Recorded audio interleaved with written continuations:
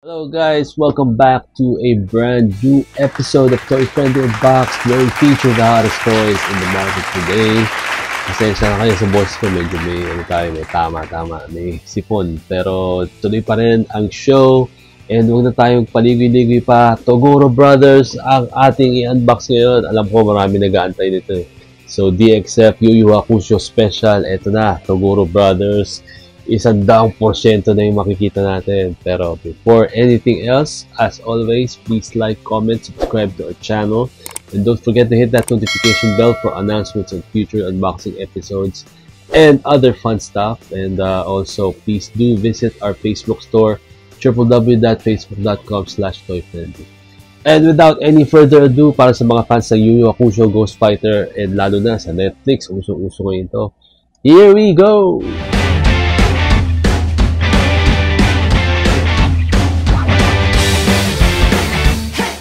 Hello guys and welcome back to the program and the episode natin, of course, dedicated sa notorious Toguro Brothers o Toguro Brothers na Yu Yu Hakusho Ghost Fighter. Para sa mga nakakaalam dyan, ito na inaantay natin. Still, under the DXF 30th anniversary of Yu Yu Hakusho from Banpresto and Bandai Namco. So ito, tingnan natin. Ito si Elder Toguro. And ito naman si Younger Toguro. Alam ko yun lang talaga yung tawag sa kanila eh. Wala naman sila mga first names.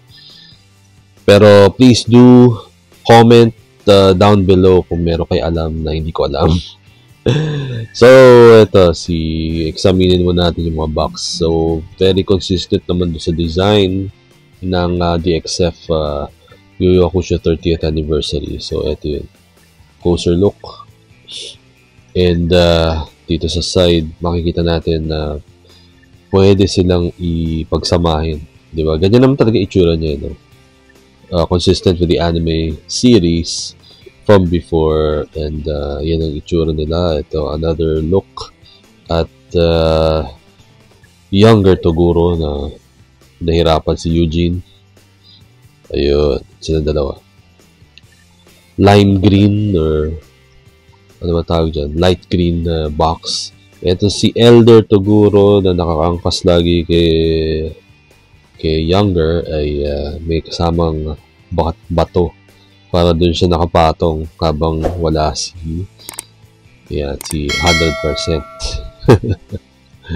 So ganyan, pwede natin siguro sila i-combine. Dapat lang, no? Kasi yun yung itsura niya sa anime.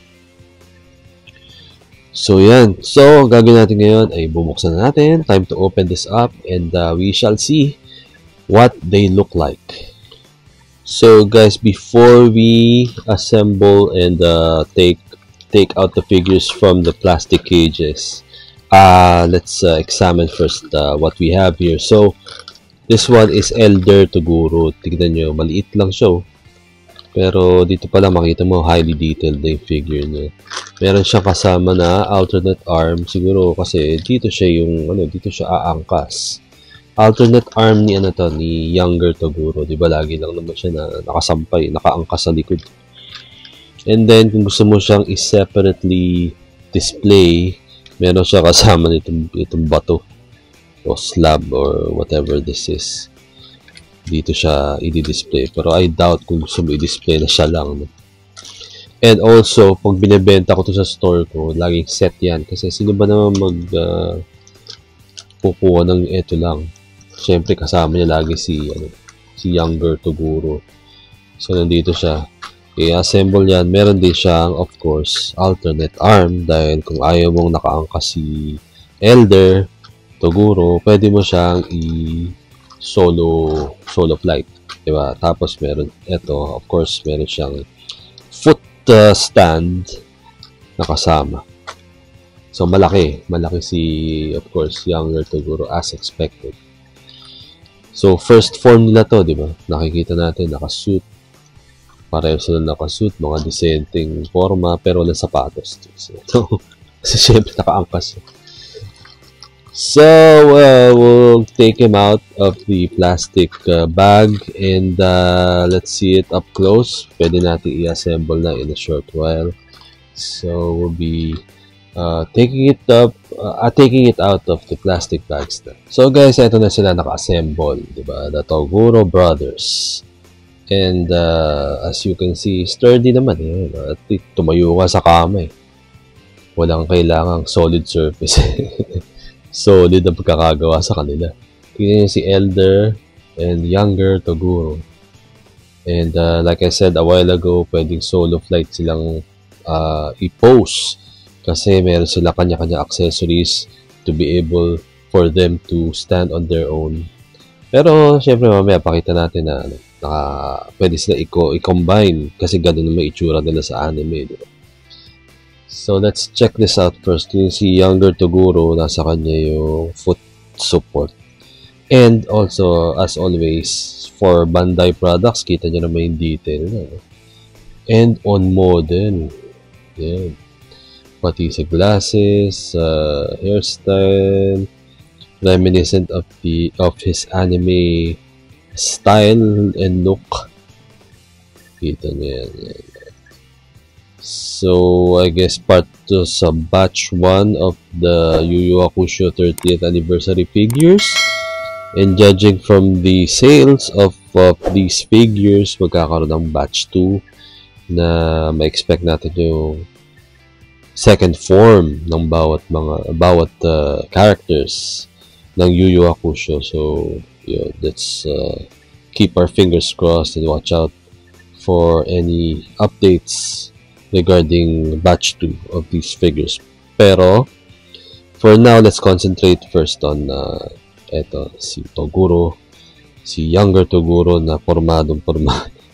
Ito niya naman, naka-slacks and leather shoes na black. May forma niya sa anime. Diba? So, antayin natin, nakasando siya. Wala na yung jacket niya. Diba? And, like I said, ito nga, si Angkas, si Elder Toguro. Yan, meron siyang slab of stone para ma-display mo siya ng siya lang. Kung gusto mo. Pero, I doubt. Gusto mo siya iangkas talaga kay younger Toguro. Highly detailed, pati yung buhok, diba? Tsaka yung eyes. Hindi tinamad at hindi tinipid. Although entry level to, ito mga figures ito. Ito nga pala yung serial, no? Makikita mo. Always buy the authentic ones, the original ones. And ito yung alternate shoulder and arm ni younger Toguro para ma-attach mo si Elder. Ito may konting may konting trick yan kung paano i-attach. So, yun, ingatan nyo lang baka mabali yung attachment dito. So, pakita natin ngayon kung paano natin i-combine ang Toguro Brothers sa 100% 4. At eto na nga, mga kaibigan. Nakaangkas na siya, si Elder kay Younger, at yan yung itsura niya sa anime. Kita-kita nyo naman. Swak na swak, diba? Yan.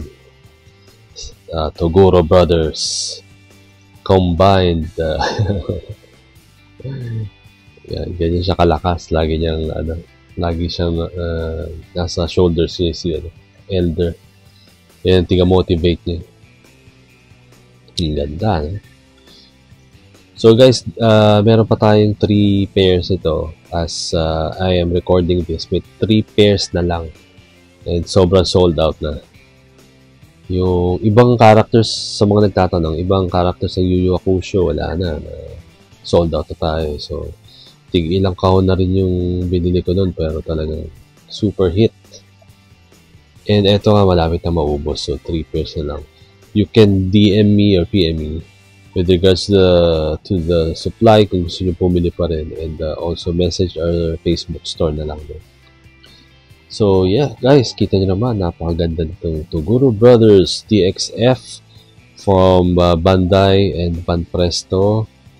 Again, part of the 30th anniversary of Yu Yu Hakusho or Ghost Fighter, and marami pang parating. Nako, pag updated kayo din sa store, makikita nyo may Eugene na parating, and may Eugene version 2 and Dennis na Wolf version. So, yun.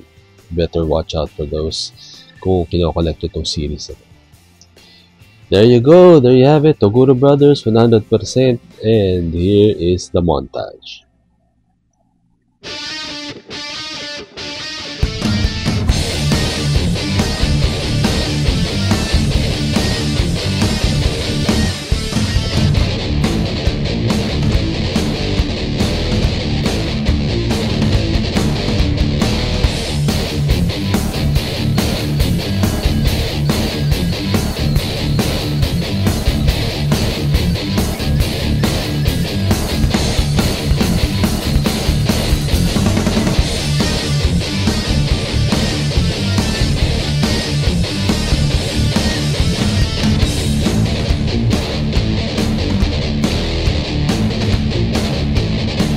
That was our quick unboxing and review of the DXF Toguro Brothers from the Yu Yu Hakusho 30th anniversary, brought to you by Bandai Namco and Banpresto. So always buy the authentic ones.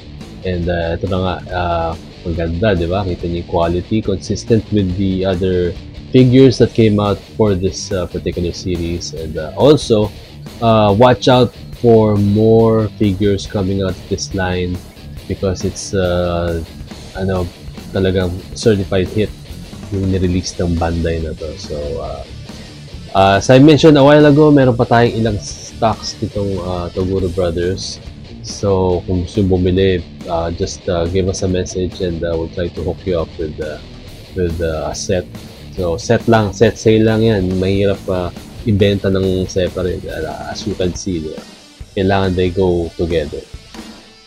So there you go. Please like, comment, subscribe to our channel, and don't forget to hit that notification bell for announcements of future unboxing episodes and other fun stuff. And also, please don't forget to visit our Facebook store. Doon yung makikita yung mga latest na laruan na binibenta na store natin, mga pre-orders. So definitely doon kayo mag-subscribe, and also give us a follow doon, and tell your friends para dun sa mga other collectors makakapunta dun sa store natin para makita nila yung selection.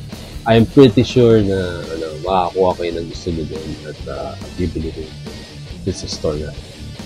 Again, thank you so much for watching, and I'll see you in the next unboxing episode.